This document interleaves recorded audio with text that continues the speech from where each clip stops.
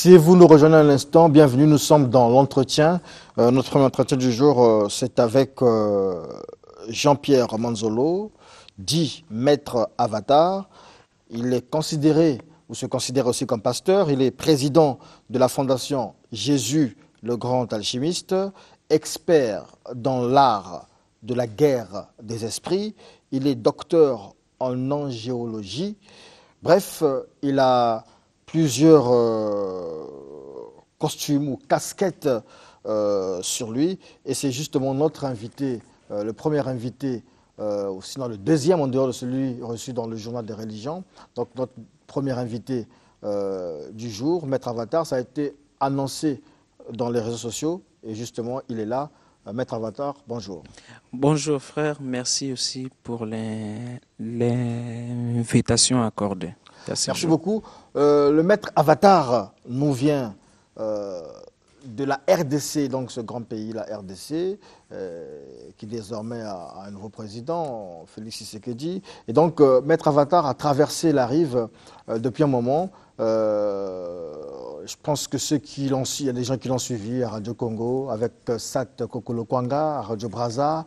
Et aujourd'hui, avant de repartir pour Kinshasa, il a pensé venir ici dans le studio 210 pour nous dire ce qu'il en sait. Voilà, il avait promis répondre à toutes les questions de téléspectateurs. Donc vous pouvez aussi envoyer vos questions par SMS au 06 678 25 47, comme c'est affiché au bas de l'écran. Et vous pouvez faire précéder votre numéro par l'indicatif 242, donc plus 242 ou bien 00 242. Alors, Maître Avatar, en un mot, est-ce que vous pouvez vous présenter, mais vous pouvez le faire en lingala comme en français, ça dépendra de vous. Qu'est-ce que les Congolais, les téléspectateurs de Studio 210 peuvent retenir de vous en deux mots? Merci beaucoup pour la question. Premièrement, Maître Jean-Pierre Azali Motomoko or binaire mende azwaki grâce moko et c'est extraordinaire. Na botama na couple moko divorcé. Mende na bota makina 6 mois. Tango yona bota makina kufaki. Tango na kufi médecin a lingi ngai na lamba pona bimisa ngai na hôpital.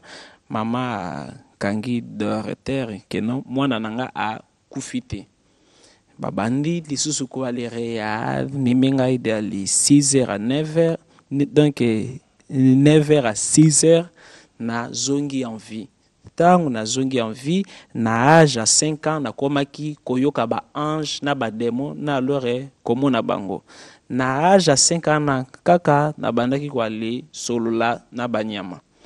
Na âge à 11 ans bale tindingai na petit séminaire na Kinzambi na province na Kiali Kwiti. Kuna 15h baninga balali sima ya cour ngai alore na kei na zamba koiba manga. Tango yo na lesui manga na moni donc moto moko abimeli ngai azalaki makolo ya cheval mais lumière comme foudre. Ah, c'est à l'âge de 11 ans. 11 ans. Okay. Tango yo nalingi na kima akodoba na ngai keno kombo na nga Raphaël ko ali kimate. C'est nazali ange.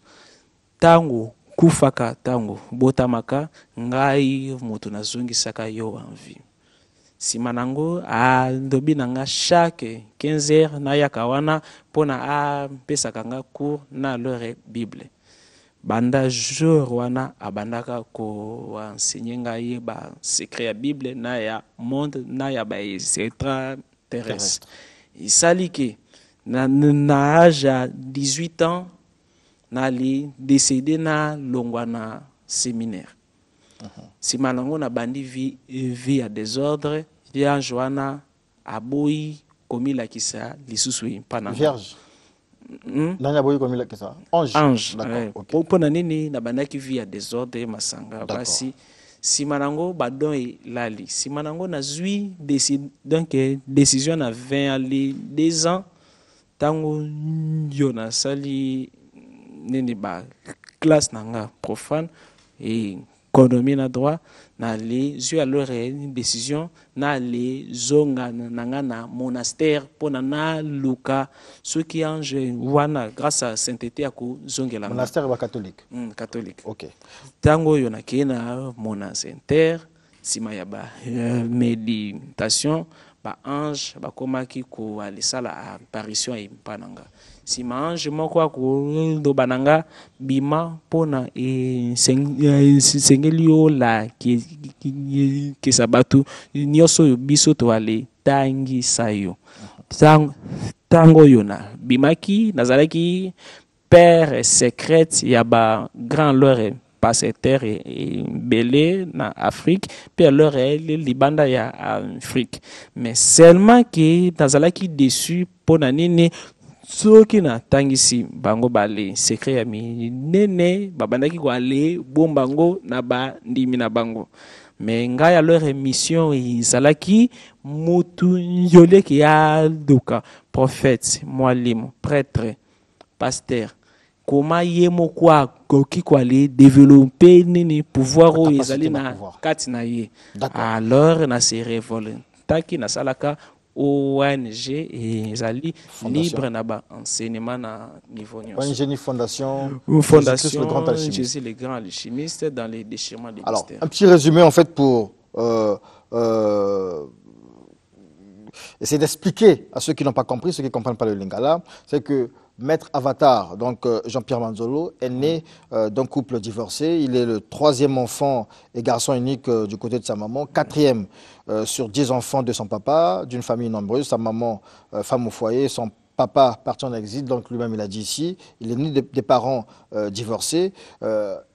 Enfant prématuré, c'est-à-dire qu'il est né à 6 mois de grossesse, c'est-à-dire qu'il est né après 6 mois de grossesse, alors que la normale, c'est après 9 mois de grossesse.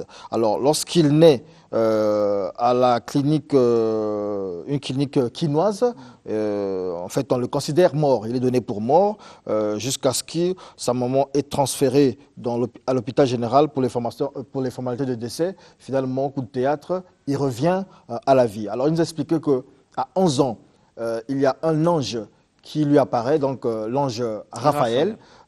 Et donc, avec l'ange Raphaël, il essaie d'apprendre à cette chose autant sur les livres sacrés comme la Bible que sur d'autres fondements du monde mystique. Voilà. On a essayé de lui ouvrir les yeux et puis il va fréquenter le monastère, donc chez les catholiques, jusqu'à 18 ans. Il va décider de quitter donc le séminaire pour reprendre avec la vie de profane, quoi.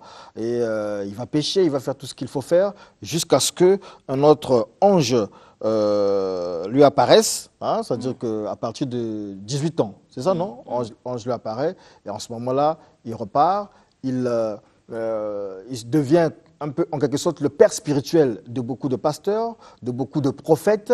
Il faut dire que le maître Avatar est encore très jeune et donc tout jeune déjà, il a commencé à initier, à guider certains pasteurs, certains prophètes, certains hommes spirituels et il a remarqué que ce qu'il demandait, c'est-à-dire que ce qu'il enseignait n'était pas pratiqué, c'est-à-dire que les pasteurs gardaient ça pour eux et lui, le fondement de sa doctrine, de sa mission, c'est de pouvoir donner à l'homme lui-même la capacité de résoudre ses problèmes. C'est-à-dire que ce qu'il veut faire, c'est éviter, par exemple, que Kishalala, qui est là avec nous, aille toujours voir les pasteurs, aille toujours voir Maître Waka pour ses problèmes, alors que Maître Avatar, lui, il vous donne la capacité de pouvoir résoudre vos problèmes à votre... voilà, comme vous le sentez. C'est-à-dire que vous êtes malade, il vous donne déjà la capacité, il travaille les pouvoirs qui sont en vous, et vous avez le pouvoir de guérison, vous avez le pouvoir de prophétie certainement, vous avez le pouvoir de sortir dans un monde, aller vers le monde astral, faire des voyages astro. Alors, Maître Avatar, première question. Généralement, lorsque nous allons dans la rue, on nous dit que moto azana étoile. Ok. Oui. On dit que non, par exemple, le caméraman qui est là, Hugues, il a une certaine étoile à bien, mais bah, yibiye étoile. C'est-à-dire qu'on peut voler l'étoile de quelqu'un. Comment vous expliquez ça? Comment ça se passe? Merci beaucoup papa journaliste. Question na yo ezali pertinent mais très important. Étoile.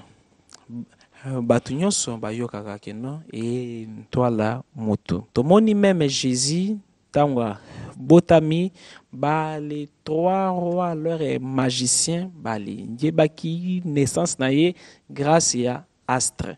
Mais étoile destin moto ezali nene nako bandana nuko esi pliquer jeunesse.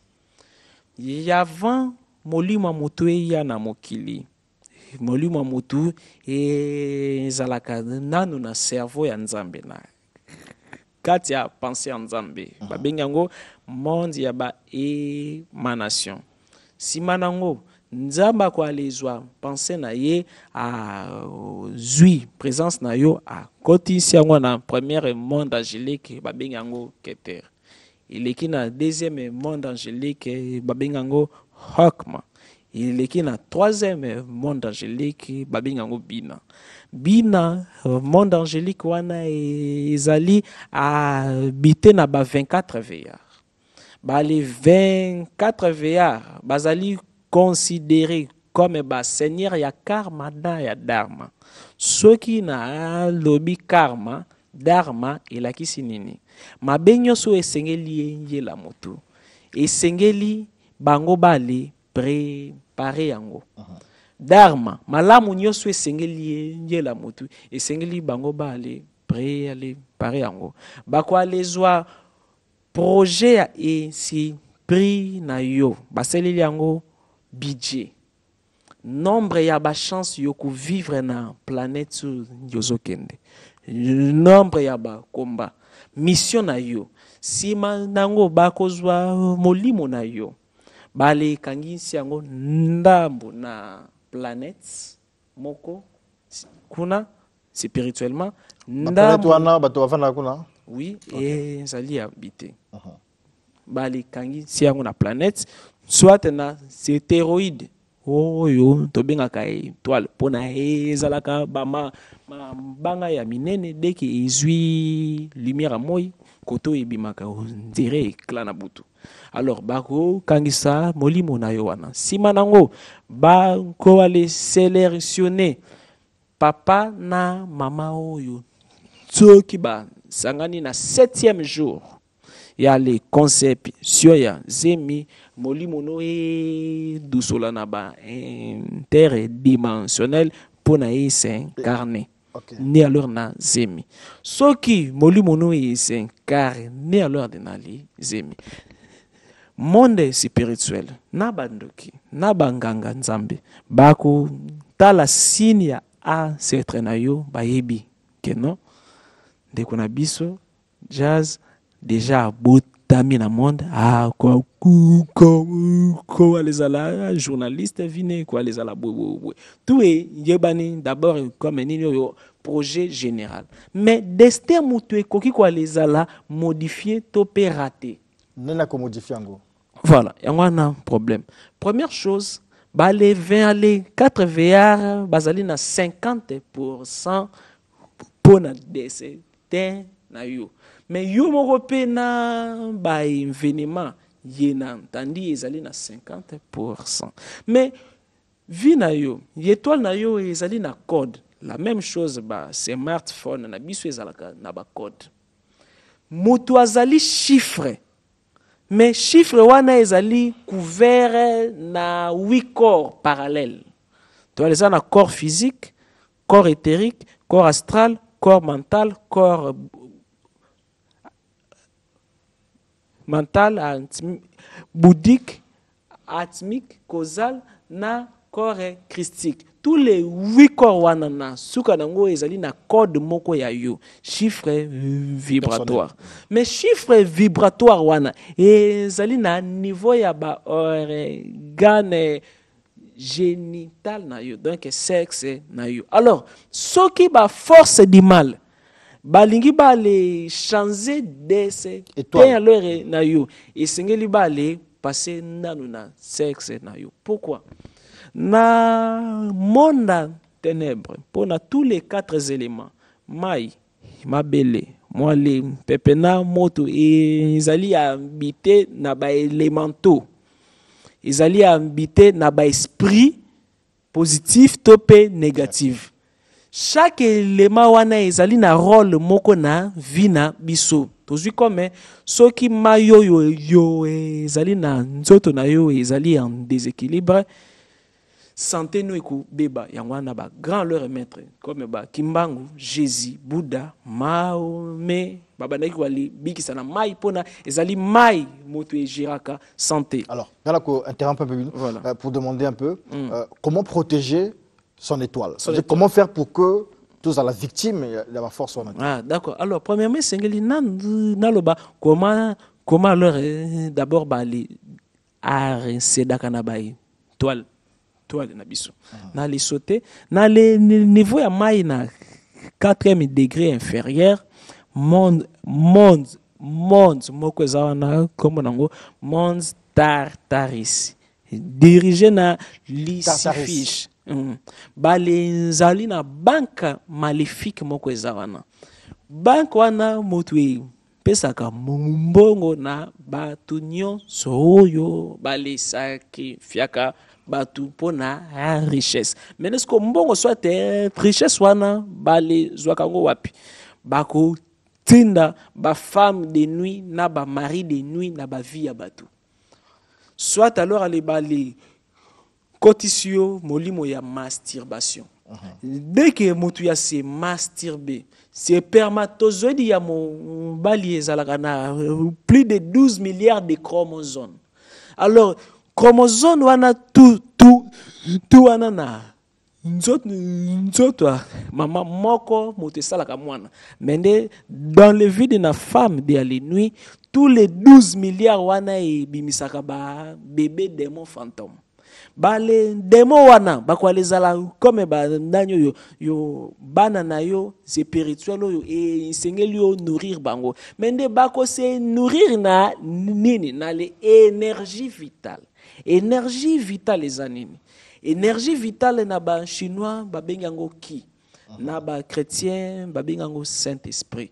Alors et ainsi pris wana se développe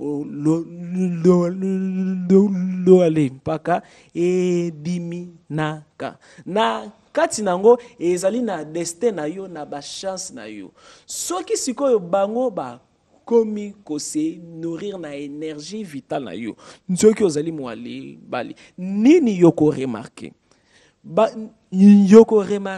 peut-être faiblesse sexuelle moko inconditionnée.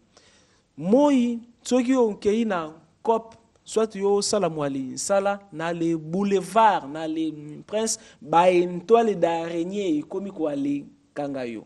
Oh, ko remarqué nini. Même ata yo ale zali marié, pembenya mwasi na yo ale nzwakaye comme garçon. Tandis que ceux qui ont bimi hier, yo alezali yalez, yoko alezala et c'est clave ya masturbation. Alors plus yoko vous allez et melana les domaines wana TV na yo spirituel yeko kangama. Job elobi nini eloko nyonso pone comme la mutu nzamba révéla kaye mutu soki alali molimo ne voyageaka.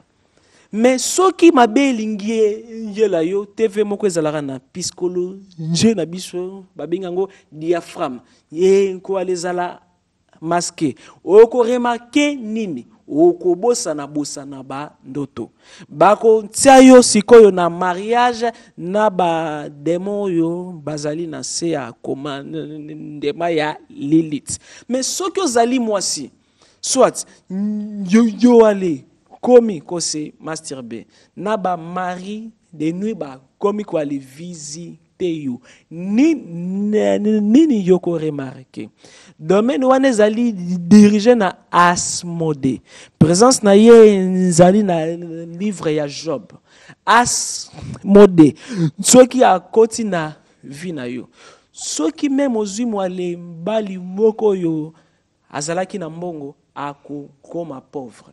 Pona nini? Memema mwale mbale ya moya azalaka na zuwa.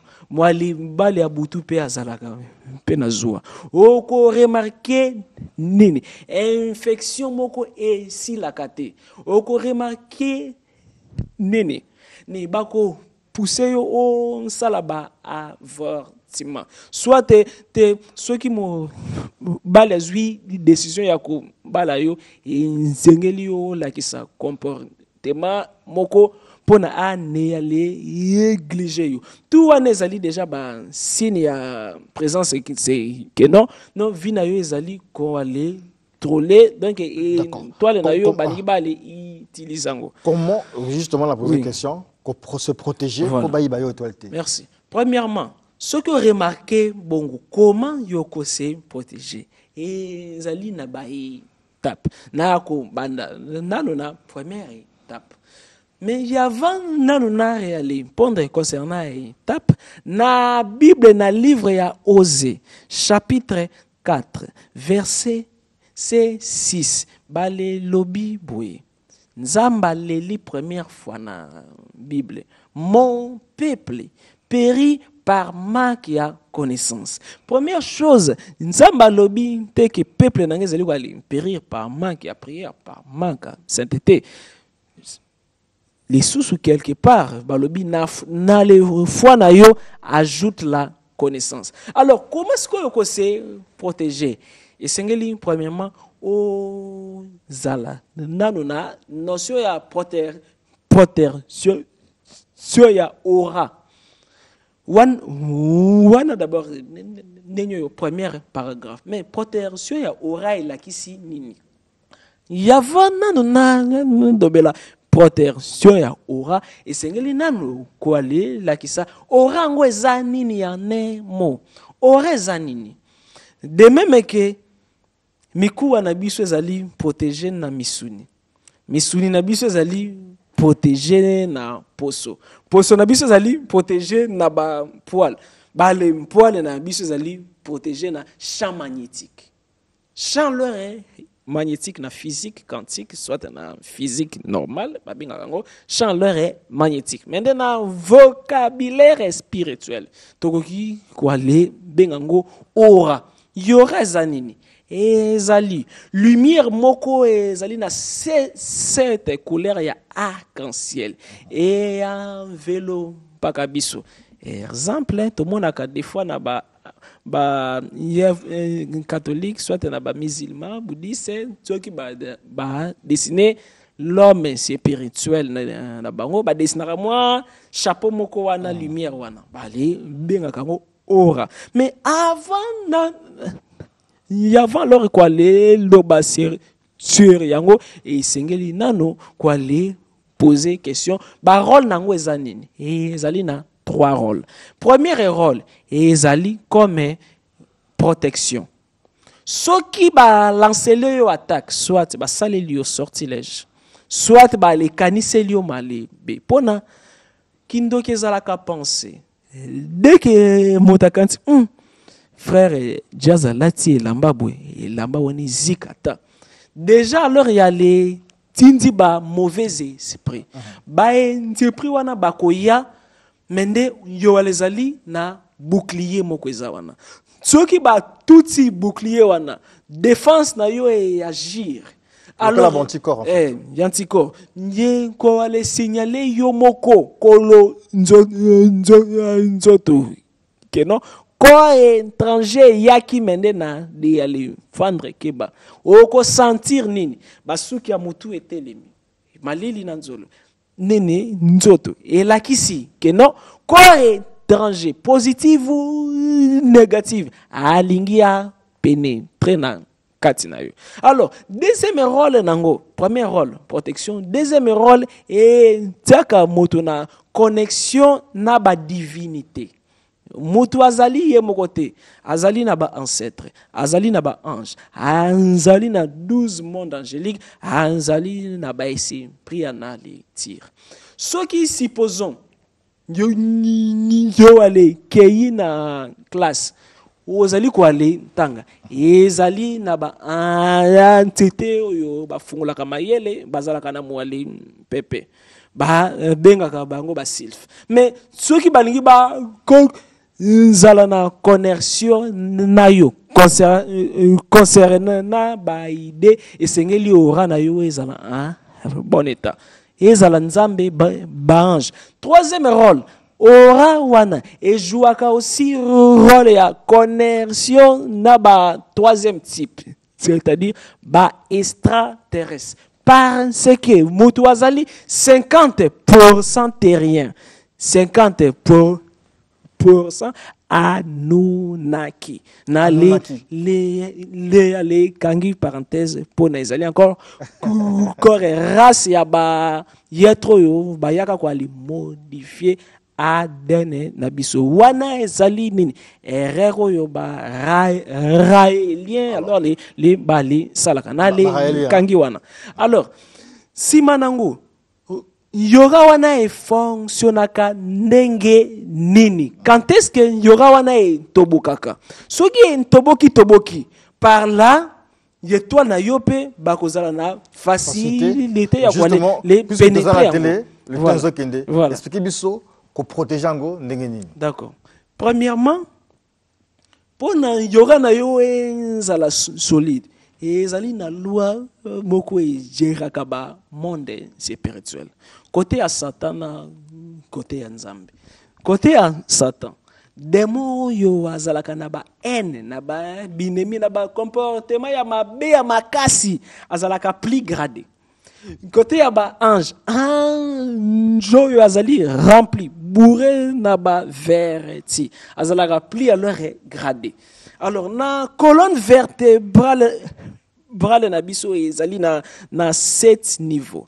Et ezali na de à leur serre pas ya lumière na ya ténèbres. Mais chaque niveau ezali na vertu na vice. Ceux qui ont développé défaut moko mingi, des fois na yako engendrer démon. Démon na yako fragiliser yora. Exemple moko typique kaka moko. Sexe eza mabete. Masanga eza mabete mais ceux qui ont commis ces esclaves ya masanga ya cigarette par exemple démon Dionysos a s'installer. Dionysos ça dépend masanga. Masanga. Ceux qui supposons yo le lingi sexe mingi koleka nzambe Léviathan a s'installer. Ceux qui lingi mbongo koleka batu, c'est-à-dire yo les capable ya kwa le bamba moninga na yo nzete na mutu akufi po na o botola ye mbongo.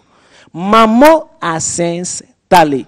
Alors chaque entité principale maléfique a s'installer na kati na yo a kofungola pe porte. Ça veut dire que pour la protéger toi il faut simplement une sainteté. Oui, sainteté kaka sainteté wanate. Deuxième chose, et sengeli penser na yo ezalaka caleur toujours rempli na amour. Yoka. Ceux qui ont kangeli moto azali ko ale salomali be kanda. Comme il y a les alliés mauvais, yo allez vitaminiser ye. Mais mai ya malili, ba comme ça kango moto na mai ya moto.